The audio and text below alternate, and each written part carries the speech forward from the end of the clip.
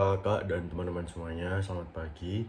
Sebelum kita menjalani aktivitas kita pada hari ini, alangkah baiknya kita mendengar firman Tuhan. Sebelum itu, mari kita bersatu dalam doa. Tuhan Yesus, terima kasih Tuhan atas pertolongan sepanjang malam, sehingga kami dapat bangun dengan sehat, kuat, siap untuk menjalani hari ini. Sebentar, kami akan fokus untuk menjalani aktivitas kita pada hari ini ya Tuhan. Tapi sebelum itu kami akan mendengarkan sedikit kebenaran firman-Mu. Kiranya apa yang kami baca, kami renungkan, dapat bermanfaat bagi kehidupan kami masing-masing. Dalam Yesus Kristus, berikan kami hati yang lembut ya Tuhan, sehingga kami dapat menerima semua firman dengan baik. Dalam Yesus Kristus, haleluya, amin. Judul dari renungan yang akan saya sampaikan adalah mengubah kesesakan menjadi kesempatan.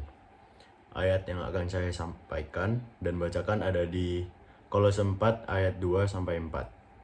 Saya bacakan. Berdoalah jugalah untuk kami, supaya Allah membuka pintu untuk pemberitaan kami, sehingga kami dapat berbicara tentang rahasia Kristus yang karenanya aku dipenjarakan. Amin. Pernah nggak kalau kamu itu ada di titik serasa hidup itu kayak nggak ada jalan keluarnya? Kamu udah berusaha keras, belajar mati-matian, tapi nilaimu tetap nggak naik.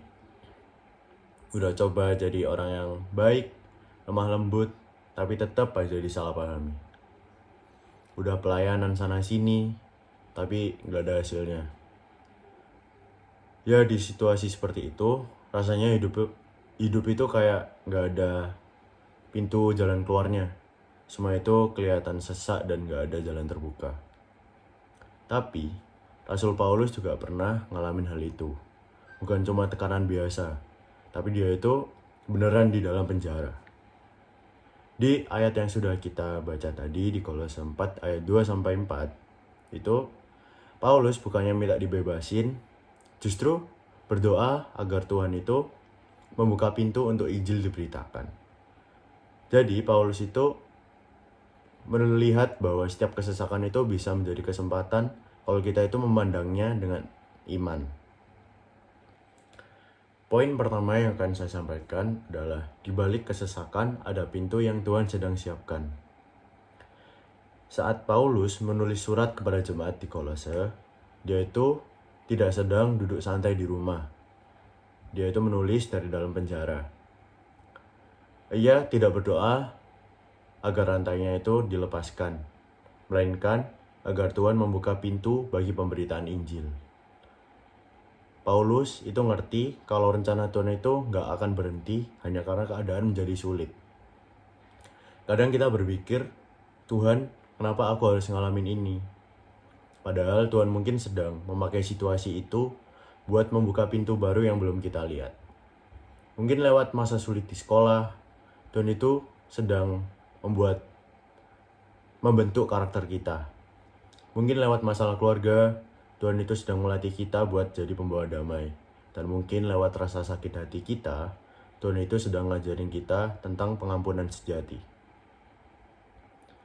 Jadi, highlight dari yang saya sampaikan di poin yang pertama adalah kesesakan tidak perlu berarti akhir. Justru di sanalah Tuhan sedang menyiapkan sesuatu yang baru. Yang penting bukan seberapa cepat kita keluar dari masalah, tapi seberapa dalam kita mengenal Tuhan di tengah masalah itu. Poin yang kedua adalah Tuhan bisa mengubah masalahmu sebagai alat kesaksianmu. Jadi Paulus itu tahu kalau penjara itu bukan batasan bagi karya Tuhan.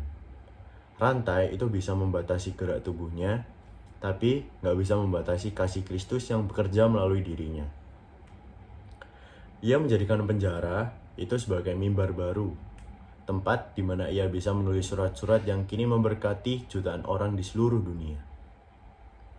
Teman-teman semuanya, mungkin saat ini kamu nggak berada di penjara kayak Paulus, tapi kamu bisa aja merasa terjebak di penjara overthinking, penjara kecewa, penjara takut gagal, atau bahkan penjara yang membuat kita merasa tidak berharga.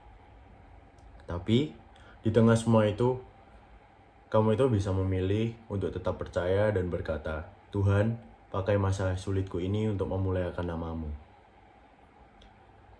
Highlight dari poin yang kedua ini adalah ketika kita tetap bersyukur dan beriman di tengah kesulitan, orang lain akan melihat Kristus lewat hidup kita. Bahkan doa yang tulus di masa sempit dan kesesakan bisa jadi kesaksian yang besar dan menjadi berkat buat banyak orang. Jadi, Tuhan itu nggak pernah terbatas oleh keadaan. Teman-teman, jelas hidup kita itu nggak selalu berjalan mudah.